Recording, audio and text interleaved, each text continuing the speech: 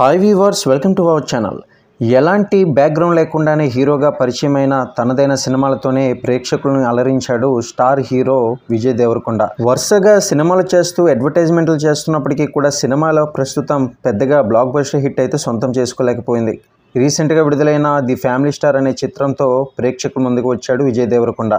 ఇక దీనికి mixed talk రావడంతో వసూలు కూడా అంతంత మాత్రంగానే వస్తున్నాయి. ముఖ్యంగా వీకెండ్లో కూడా డల్ అయింది ఈ సినిమా బడ్జెట్. ఇకపోతే ఈ యొక్క కలెక్షన్స్ ఇప్పుడు 4 రోజులకి గాను ఎంత వసూలు చేసిందనేది ఇప్పుడు మీరే చూసేసండి.